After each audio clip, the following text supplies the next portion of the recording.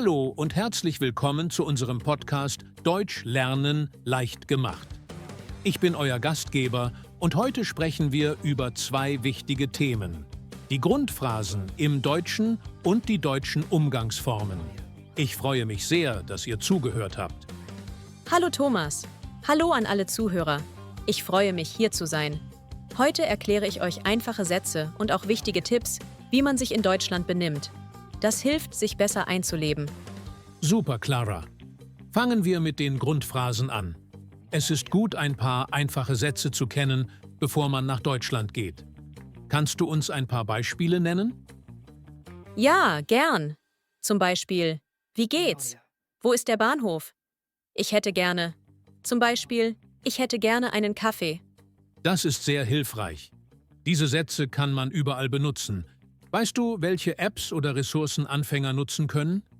Ja, Thomas. Viele lernen mit Apps wie Duolingo oder Babbel. Auch Sprachtandems sind gut. Dort spricht man mit einem Partner, der Deutsch spricht. So übt man im Alltag. Sehr schön. Jetzt kommen wir zu den deutschen Umgangsformen. Es gibt einige Regeln, die man in Deutschland beachten sollte. Kannst du uns ein paar wichtige Tipps geben? Natürlich. Ein wichtiger Punkt ist Pünktlichkeit. In Deutschland ist es sehr wichtig, pünktlich zu sein. Wenn du zu spät kommst, kann das unhöflich sein. Das stimmt. Was ist mit Recycling? Ich habe gehört, dass das in Deutschland sehr ernst genommen wird. Ja, richtig. In Deutschland trennen wir den Müll. Es gibt verschiedene Tonnen. Eine für Papier, eine für Plastik und eine für Restmüll. Man sollte darauf achten, den Müll richtig zu sortieren. Das nennt man Recycling. Und was ist mit den Ruhezeiten? Manchmal hört man Ruhezeiten. Kannst du das erklären? Gerne. In vielen Wohnungen gibt es feste Zeiten, in denen man leise sein muss. Das sind die Ruhezeiten. Zum Beispiel in der Nacht oder am frühen Nachmittag. Sehr gut erklärt, Clara. Es gibt noch einen Punkt. In Deutschland ist es üblich, in der Öffentlichkeit freundlich zu sein. Auch in Geschäften und Restaurants erwartet man Höflichkeit. Genau. Wenn du in ein Geschäft gehst, sag einfach »Guten Tag« und »Auf Wiedersehen« beim Gehen. Auch »Bitte« und »Danke« sind sehr wichtig. Diese Wörter zeigen Respekt und Freundlichkeit. Das ist wirklich praktisch.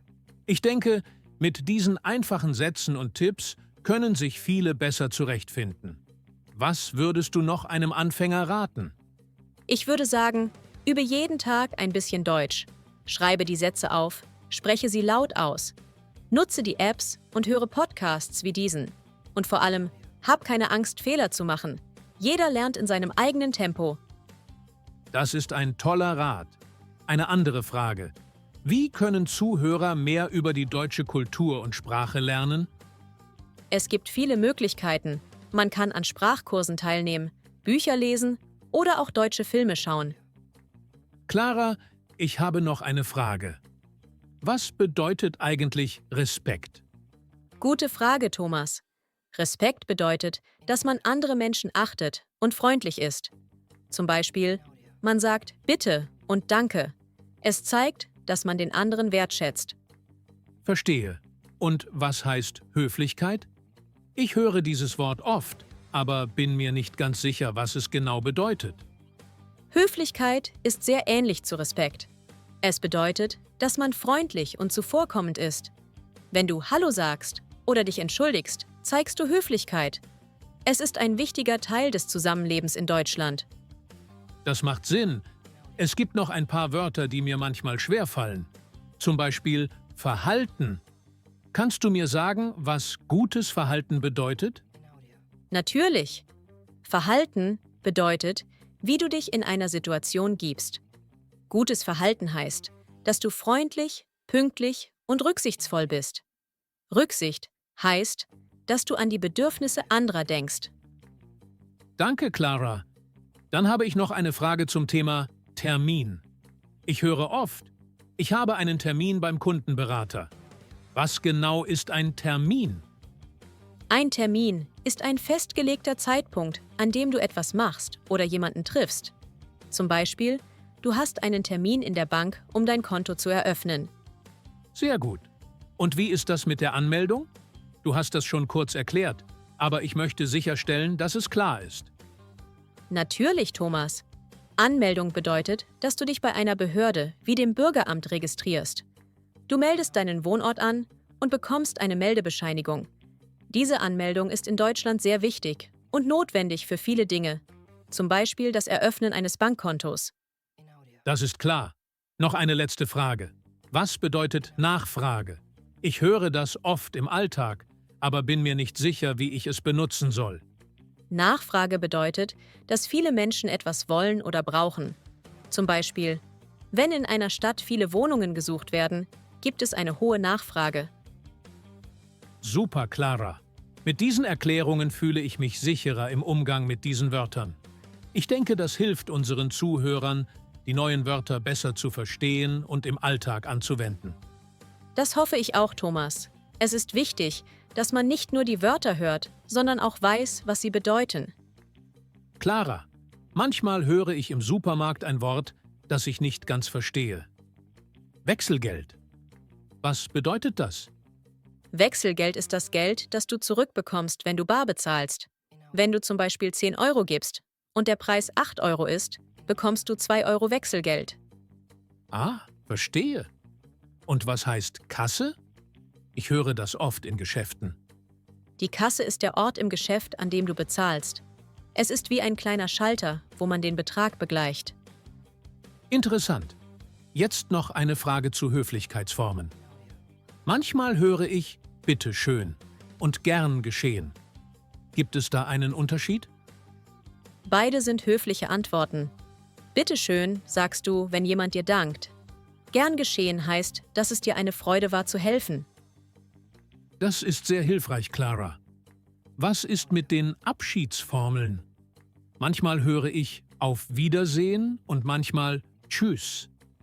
Wie unterscheiden sich diese? Auf Wiedersehen ist formeller und wird oft im beruflichen oder offiziellen Umfeld genutzt. Tschüss ist informeller und benutzt man meistens mit Freunden oder in lockeren Situationen. Verstanden. Und was, wenn ich jemanden bitten möchte, etwas zu wiederholen, weil ich es nicht verstanden habe? Wie sage ich das? Du kannst sagen, können Sie das bitte wiederholen? Das ist höflich und formal. In informellen Situationen sagst du, kannst du das bitte wiederholen? Super! Ich merke, dass es viele nützliche Wörter und Sätze gibt, die man im Alltag braucht. Was würdest du sagen, ist der wichtigste Tipp für alle, die gerade Deutsch lernen?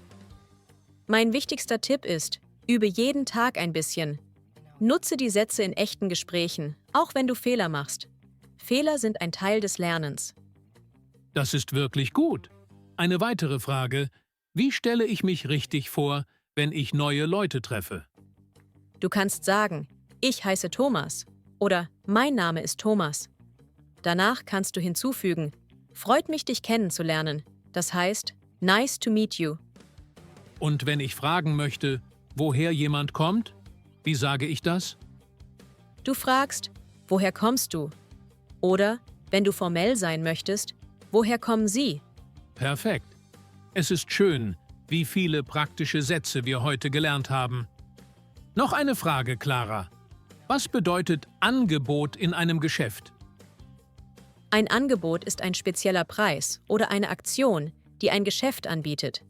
Zum Beispiel, wenn du in einem Laden siehst, kaufen Sie 2, zahlen Sie 1. Das ist ein Angebot. Das macht Sinn. Und manchmal höre ich Rabatt. Ist das das gleiche wie ein Angebot? Ein Rabatt ist ein Preisnachlass. Es bedeutet, dass du weniger bezahlen musst als der ursprüngliche Preis. Ein Angebot kann auch einen Rabatt enthalten, aber nicht immer. Ich sehe, es gibt viele kleine Wörter, die den Alltag hier so besonders machen. Hast du noch weitere Tipps für den Alltag? Ja, Thomas, nutze jede Gelegenheit, um Deutsch zu sprechen. Sei es beim Einkaufen, im Café oder beim Spazierengehen. Das ist ein toller Tipp. Ich glaube, mit diesen Erklärungen und Beispielen fühlen sich unsere Zuhörer sicherer, die neuen Wörter zu verstehen und anzuwenden. Ich hoffe es sehr. Denkt daran, dass jeder kleine Schritt zählt. Übt, wiederholt und habt Geduld mit euch selbst. Vielen Dank, Clara, für diese klaren und einfachen Erklärungen. Und danke an euch, liebe Zuhörer, dass ihr heute dabei wart. Wenn ihr Fragen habt oder ein bestimmtes Wort nicht versteht, schreibt es in die Kommentare. Wir freuen uns immer, von euch zu hören. Jede Frage ist wichtig, wenn man eine neue Sprache lernt. Ganz genau. Danke, Clara, für deine Hilfe und deine Tipps.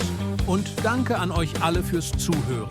Bleibt dran, übt fleißig und habt Spaß beim Deutschlernen. Ich wünsche euch viel Erfolg auf eurer Sprachreise. Das war unser Podcast Deutsch lernen leicht gemacht. Bis zum nächsten Mal und auf Wiedersehen. Auf Wiedersehen.